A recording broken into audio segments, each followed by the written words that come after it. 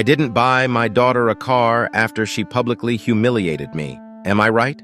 Last week, my family and I, including my wife and our 2 children, decided to celebrate my daughter's 23rd birthday with a visit to the zoo.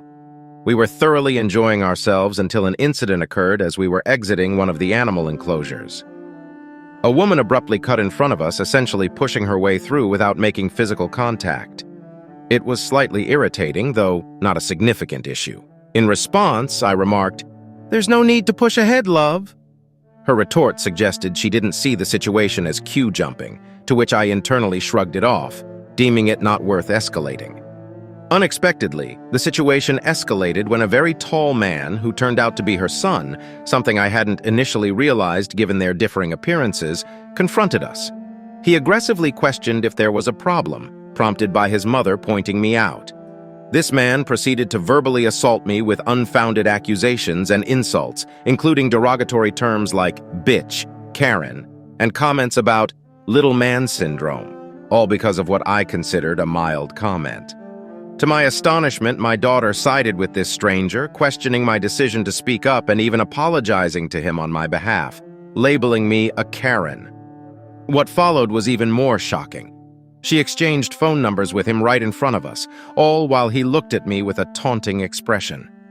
Afterward, when I confronted my daughter about her actions, her justification was that she found him attractive and believed I needed to be put in my place occasionally.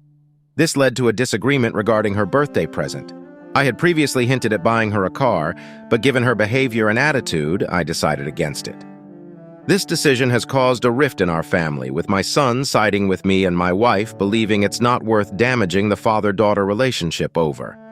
In my view, if withholding a car purchase as a consequence jeopardizes our relationship, it may indicate that I've been overly indulgent in the past. It's also worth noting that she already owns a car that I bought for her 2 years ago and is in good condition. This situation has left me questioning. Am I the one at fault here? I am at work on my lunch break right now, so can't really reply. I have skimmed the comments and will address a few things I feel relevant. 1. The car I bought her 2 years ago was a runaround Fiat 500 second-hand. It is in fine shape, but not exactly the nicest car. I had promised my daughter an Audi as my son is going traveling for his 21st birthday, which I am paying for. The car she wanted was roughly the same cost. 2. She doesn't live at home. She hasn't since she moved out for uni at 18. 3. I don't feel like I am a Karen, but I'm not shy to speak up, complain if I feel I must. If people are rude or something is not up to my standard, I will happily say something. 4. I realistically couldn't beat up the 6F at 4 or whatever 20-something-year-old mouthing off to me. I am 47 years old and have worked an office job for the last 20, 30 years and have a bad back. Before an interesting update, I will respond to 2 of your comments. Commentor: why did you decide to purchase another car for her, considering you already bought her one just 2 years ago? It seems like this might contribute to a sense of entitlement. In this scenario, it appears that the actions of your wife and daughter might not be entirely reasonable, rather than yours. My answer: the initial vehicle was a compact Fiat. Functional, but not particularly luxurious. She expressed a desire for an Audi, which I agreed to purchase for her. This decision was made in the spirit of fairness, as I am funding her brother's travel adventures for his 21st birthday, and the costs are roughly equivalent. Commentor: could it be that your concern stems from her sharing her number with a black man? Mentioning his race specifically suggests there might be underlying issues with it. My answer: to clarify, my objection was based on the fact that I had no knowledge of the woman's connection to him. I am someone who speaks their mind, yet I'm not reckless. I possess a degree of caution and self-preservation. It's important to understand that I wouldn't knowingly expose myself or my family to risk by confronting a significantly larger individual, regardless of their race, be it white, black, Asian, Indian, or any other. First update: approximately an hour after arriving home, my wife requested a serious conversation with me. During this discussion, she presented me with a choice: either set aside my pride and purchase a car for our daughter, or she would take it upon herself to buy the car using her funds. While my income surpasses that of my wife's, she maintains a well-compensated position and possesses the financial means to make such a purchase. My wife expressed her frustration, highlighting that my behavior in social settings has become a source of discomfort for our family. She accused me of frequently engaging in unnecessary confrontations or disputes over trivial matters. Although I considered her assessment to be an exaggeration, she provided evidence of text messages from our daughter. These messages revealed that our daughter prefers to go out without me because I tend to cause embarrassment. Despite my wife's initial defense of me, she admitted that our daughter had anticipated such behavior from me and had requested my absence to avoid any incidents, making my wife feel foolish for defending me. The situation has strained my relationship with my daughter, with my wife warning that our daughter's affection for me is waning. She cautioned that if I continue on this path, I shouldn't be surprised if our daughter chooses to sever communication with me entirely. When I questioned if my role in my daughter's life was merely financial, my wife urged me to stop portraying myself as the victim. She made it clear that while the decision regarding the car purchase was mine, our daughter would receive the car regardless of my choice. Thus, I faced a dilemma: persist in my stance and potentially alienate my daughter, or compromise and purchase the car myself. Second update. Apologies for my delayed response. Yesterday was quite eventful. After reflecting on the day's occurrences, I felt compelled to have a heart-to-heart conversation with my daughter. Despite my wife's suggestion to let the matter slide, it became evident that there were unresolved issues concerning me that I was previously unaware of. Thus, I decided to address these concerns head-on. I waited for my son to return home, and shortly after, my daughter arrived for the discussion. Gathering everyone together, I initiated the conversation by requesting specific examples of my alleged problematic behavior, as many of you advised, instead of merely taking their word for it. To my astonishment, the complaints seemed trivial to me. They included instances such as my insistence on having a 180-pound steak prepared correctly after it was served undercooked twice, and my objection to people occupying our reserved seats in an almost empty cinema, both situations I believe anyone would find reasonable to contest. There were other minor grievances mentioned which, due to their apparent insignificance, I barely recall. Despite perceiving these accusations as unfounded, I expressed my willingness to adopt a more passive demeanor in public if it meant improving my relationship with them.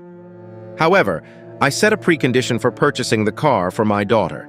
She must not have contacted the individual who had wronged me. Upon requesting to see her messages for confirmation, she advised against it, admitting she had indeed messaged him and asserting that I had no right to dictate her communication. While acknowledging her point, I emphasized that it was equally my prerogative to decide how to allocate my finances. Given that her current car was fully functional, and considering she chose to support someone who had threatened our family over standing with us, an action I found irredeemable, I decided not to proceed with the car purchase. The confrontation with my daughter escalated dramatically, culminating in her unleashing a barrage of accusations against me. She labeled me as a petty, pig-headed man with a Napoleon complex, asserting that despite my financial success, I remained a loser in her eyes. In retaliation, I pointed out the irony in her defending someone who is known for aggressive behavior towards others, questioning the virtue of such a person. However, my attempt at defense seemed to fuel her anger further. She vehemently denied my portrayal as a victim and expressed a sense of vindication in witnessing someone confront me, claiming it revealed my true, weaker self, a notion that deeply wounded me. The argument took an even more personal turn when she referenced my childhood experiences of being bullied, information I had only shared with my wife in confidence. Witnessing my wife's reaction to this betrayal of trust only compounded the hurt. It appeared that my daughter's diminishing respect for me was rooted in these revelations, suggesting that my past struggles had somehow rendered me less admirable in her eyes. In a desperate bid for resolution, she demanded a commitment from me regarding my son Jake's trip to Cambodia and urged me to seek his honest opinion about the situation. Though reluctant, I complied, only for Jake to hesitantly admit that he sometimes found my behavior overwhelming. This admission did little to quell the tension. Instead, it prompted an insult from my daughter towards her brother before she stormed out. Jake retreated to his room, and my wife, visibly upset, followed our daughter, failing to return that night. The aftermath left me in a state of profound isolation and introspection. My wife and daughter were unreachable. My son departed for university without a word, and I found myself unable to face work or find rest. The realization that I had become the stereotype of a wealthy but estranged patriarch was both shocking and disheartening. With my family seemingly turned against me, I am at a loss for how to mend these broken bonds or navigate the path forward. I will now respond to 2 interesting comments on this update. Commenter: consider seeking professional counseling. It's possible that there are deeper issues at play, but it's also evident that the dynamics within your family are complex and challenging. Consulting a therapist could provide valuable insights. Your trust has been compromised, particularly by your wife's actions, and your daughter, at 23, seems to be exhibiting entitled behavior, for which there may be shared responsibility. Engaging with a family therapist could be a constructive step toward understanding and addressing these issues more effectively. It's important to seek genuine assistance and support through therapy. My answer: I'm skeptical about the benefits of therapy. I've managed without it in the past, and I feel confident in my ability to handle things without it now. The idea of spending £200 an hour for someone to possibly criticize my approach to self-defense doesn't appeal to me. Another commenter: based on the information provided, it appears that the consensus still leans towards YTA. When numerous examples are presented to you and your response is to mock them, it's a sign that the issue may lie with your perspective, not others. The consistent feedback from everyone but yourself suggests that it's time for some introspection. Your behavior is indicative of toxic masculinity, and it's important to recognize that being 47 does not exempt you from personal growth. It's crucial to move past this defensive stance and seek assistance. The negative perception others have of you isn't without cause. It's a reflection of your actions. My answer: if I were to attend a flat Earth convention and assert that the Earth is round, would that suddenly render my statement incorrect? Or would it simply mean that I am surrounded by individuals who hold misguided beliefs? That was the end of the story. Who is right in this situation? Write your opinion in the comments. Let's get 1,000 subscribers on this channel. I love you.